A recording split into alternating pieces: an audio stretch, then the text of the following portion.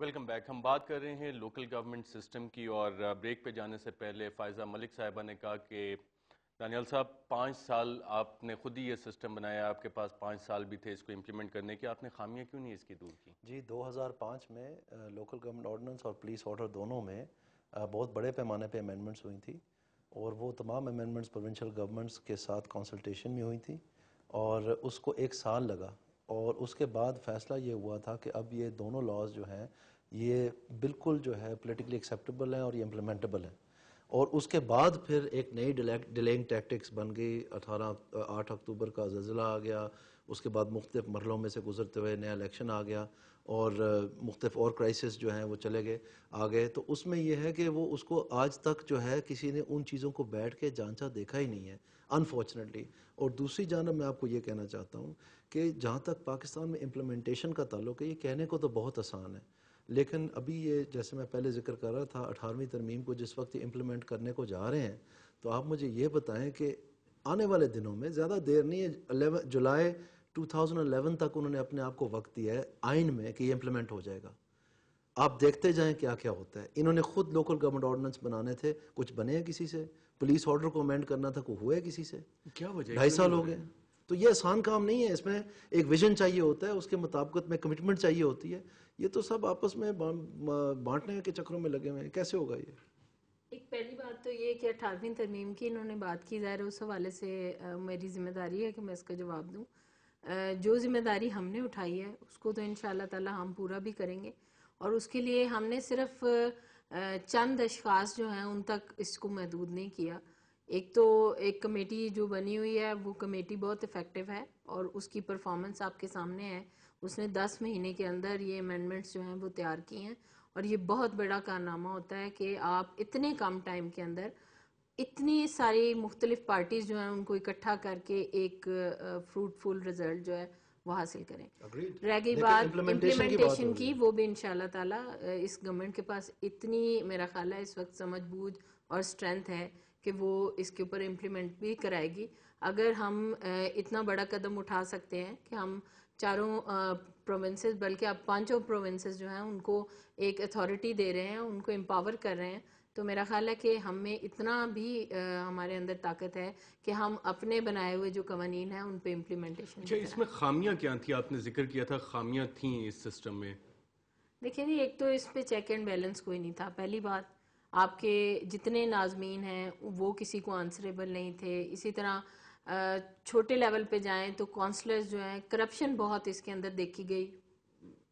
بے شمار ایسے ثبوت آئے سامنے، کیسز سامنے آئے. وہ کدھر ہے کیس؟ کہ جو کس کو گرفتار آپ کے کیا جو ناظمین ہیں کس کو انہوں نے گرفتار کرپشن کی. کیا؟ کس کو کھلے مثلا عام کوئی کرپشن ہوتی نہیں، رہی کس ہے. کو آپ نے شو کاز نوٹس، کوئی انکوائری ہوئی ہو، کوئی ریکوری ہوئی ہو، کسی قسم کی کوئی کاروائی ہو، کوئی چارج شیٹ ہوئی ہو، کوئی پرچہ کسی کے خلاف دیا ہو، یہ سب محض عوام ہے. کدھر ہے جی؟ مجھے بتائیں، 2-3 بتا دیں چلیں. اگر یہ اتنے بڑے پیمانے پہ جو ڈپارٹمنٹ ہے میں آپ کو این آر او میں تو میں آپ کو بتا دیتا ہوں کون کون ہے، کس کس کے خلاف کیس تھے اور کیا ہوا تھا. آپ مجھے ذرا 2-3 ناظمین کے بھی نام بتا دینا. پھر دوسری بات یہ کہ انہوں نہیں، نے یہ کیسے آپ بس سیدھے منہ جو ہے نا ایک غلط بیانی جو ہے سیدھے کرتے جاتے ہیں. ڈی سی اوز تھے پرنسپل اکاؤنٹنگ افسر، آپ جا کے پکڑ کے دکھائیں نا. یہ جو اشتہار پنجاب حکومت نے چھاپے تھے اخباروں میں کہ اربوں روپے کی جو ہے نا وہ خرد برد ہو گئی ہے، تو جس وقت ان کو پتا چلا کہ ان کے اپنے بلو آئی ڈی سی او لگائے ہوئے جو پھنسیں گے سارے کیونکہ وہ پرنسپل اکاؤنٹنگ افسر ہیں، تو انہوں نے سارا وہ راتوں رات کی بات کی، ختم ہو گیا. صرف ان کو الیکٹڈ ریپرزینٹیوز کو نکالنا ان کا مقصد تھا. جس دن سے وہ کیے ہوا ہے مجھے بتائیں، یہ جو انہوں نے لگائے ہیں ایڈمنسٹریٹر، یہ لگائے ہیں لا کے اندر فار الیکشن پرپس 6 ماہ کے لیے. 6 ماہ جولائی میں مکمل ہو گئے تھے، اب اگست کا مہینہ ہے، نہ لا ہے، نہ کوئی الیکشن ہے، نہ کوئی سر ہے، نہ پاؤں ہے، نہ کسی کو پتہ ہے. چیف جسٹس صاحب ایک طرف فیصلہ دیتے ہیں کہ آپ ڈسٹرکٹ پبلک سیفٹی کمیشنز فوری طور پر بنائیں 1 ماہ کے اندر اندر، اور وہی جو امپلیمنٹ ہوتا ہی نہیں کہ ہنس کے دکھا دیتے. 1 منٹ سوائے ایم اس کے میں ایم کے کیا ہوتا کسی ہے؟ اور پارٹی کو اس سسٹم میں انٹرسٹ نہیں ہے، آپ کو اتنا یہ بالکل غلط بات ہے جی، یہ سراسر غلط بات ہے. آپ اپنی کائنڈلی اسٹڈی کریں، آپ آئین پڑھیں، 18ویں ترمیم پڑھیں. میں کیوں امپلیمنٹیشن کی بات کر رہا ہوں؟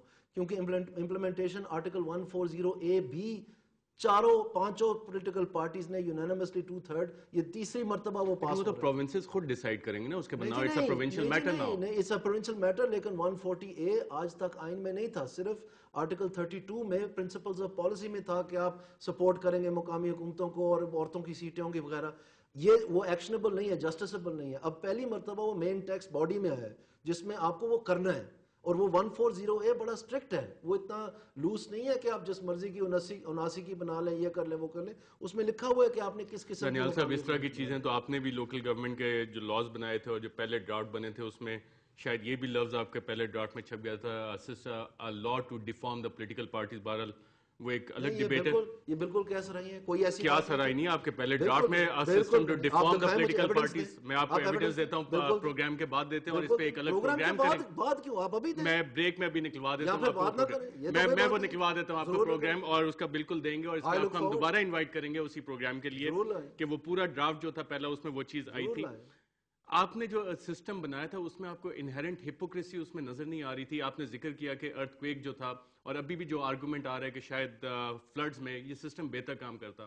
ارتھ کویک جس وقت آیا تھا اس وقت بھی یہ سسٹم موجود تھا, لیکن اس کے ساتھ ہی آپ نے ایک فلڈ ریلیف کمیشن بنا دیا, ساتھ آپ نے ایرا بنا دی, اب سینٹرلائز آپ نے اس کو کر دیا. لوکل گورنمنٹس کو تو کام کرنے کی نیت ہی نہیں نظر آ رہی. ارشد صاحب, میں آپ کو مزے کی بات بتانا چاہتا ہوں کہ جس وقت اکتوبر کی 8 تاریخ کو ارتھ کویک آیا تھا, اس وقت اگر آپ کو یاد ہو یہی خوبصورت ایڈمنسٹریٹر سارے ملک میں رائج تھے, کیونکہ یہ معطل کر دیے گئے تھے الیکٹڈ باڈیز. ہماری تمام تر بہترین تگ و دو اور لڑائی کے باوجود یہ اس وقت کی حکومت نے کیے تھے. یہ جو پریز الائی اور یہ چیف منسٹر تھے چاروں, انہوں نے انسسٹ کیا تھا کہ یہ کرنا ہے. ہم اس کے خلاف تھے. گورنمنٹ میں ڈس ایگریمنٹ جی بالکل, گورنمنٹس میں ڈس ایگریمنٹس ہوتی ہیں.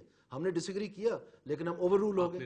جی ہم نے اس وقت ریزائن نہیں کیا کیونکہ ہم بقیہ بچانا چاہتے تھے اس کو. لیکن میں آپ کو دوسری بات بتانا چاہتا ہوں, جو آپ نے سوال پوچھا وہ یہ تھا کہ اکتوبر کی 8 تاریخ آپ اپنا ریکارڈ اس پہ بھی نکال کے ذرا دیکھ لیں. تمام پاکستان میں ایڈمنسٹریٹر تھے, اور زلزلہ کہاں آیا؟ وہ تو کشمیر میں آیا تھا جہاں پر کوئی ضلع ناظم وغیرہ نہیں تھے. تو اگر وہ اتنا جوہر تھا ان کے پاس کرائسس مینجمنٹ کا, جو کہ ماشاءاللہ آج بھی آپ کو نظر آ رہا ہے, جو افراتفری پھیلی ہوئی ہے, تو وہ وہاں تو سنبھال لیتے. یہاں اسلام آباد میں تو کوئی ناظم نہیں تھا, ایک ہی بلڈنگ گری تھی. کس طرح سے پورا پاکستان کو آگے ہاتھوں سے بچوں کو وہ اینٹیں اٹھا کے ہٹانی پڑی تھی. وہ کدھر تھا سارا وہ جوہر انتظامی وغیرہ؟ تمام تر جس علاقے میں آئے اس کے بعد ارتھ کویک کے جو ناظمین نے کام کیا, دن رات انہوں نے اپنی محنت کی, اپنے لوگوں کو بچایا بھی, ان کو ریفیوج بھی دیا. بہت سارے ناظمین نے اپنے گھر وقف کر دیے جن میں انہوں نے ان کو آئی ڈی پیز کو, ریفیوجیز کو رکھا, اور ان کو وہاں پر خود ہی انہوں نے اپنی مدد آپ کے تحت جو ہے میڈیسنز اور کھانے فراہم کیے. بالکل دانیال صاحب, اگر یہ اتنا ہی اچھا نظام ہے تو اس کی اپوزیشن کیوں ہے؟ اس پہ مزید بات کرتے ہیں ایک وقفے کے بعد.